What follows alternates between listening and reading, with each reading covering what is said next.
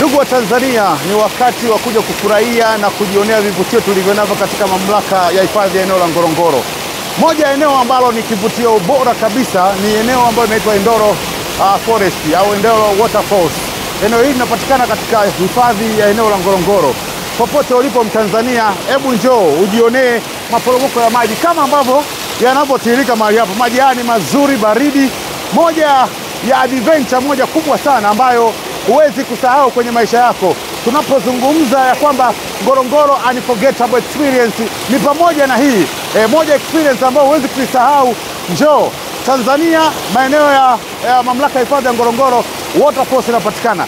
Je, unawaza kiingilio cha kuja kuitembelea eneo hili? Ni shilingi 5,900 tu kwa umri kuanzia miaka 16 na kupanda juu, lakini umri wa chini ni shilingi 2,360. Ndugu Mtanzania, wewe popote ulipo katika mikoa yote, njoo utembelee mamlaka ya hifadhi ya eneo la Ngorongoro, maeneo mbalimbali kama Waterfalls. Utashuhudia, utaona, utafurahia mazingira mazuri. Ngorongoro unforgettable experience, Endoro Waterfalls. Karibu sana. Eneo hili ni zuri, eneo hili ni adventure, utafurahia, utaburudika, utaliwazika. Ndani ya eneo la hifadhi ya Ngorongoro utayapata haya maporomoko. Karibu sana.